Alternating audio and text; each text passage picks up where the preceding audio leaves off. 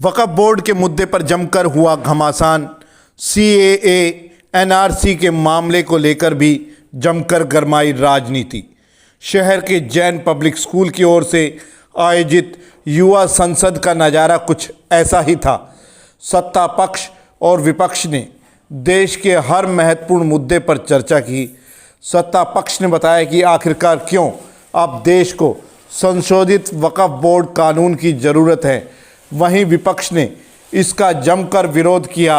हालात ऐसे पैदा हो गए कि स्पीकर को कई बार खड़े होकर उन्हें शांत कराना पड़ा।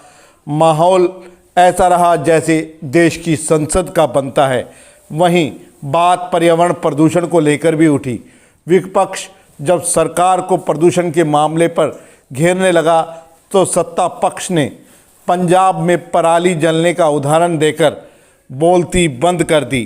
सीएए एनआरसी के मुद्दे पर भी खूब बहस हुई, वाद विवाद हुआ।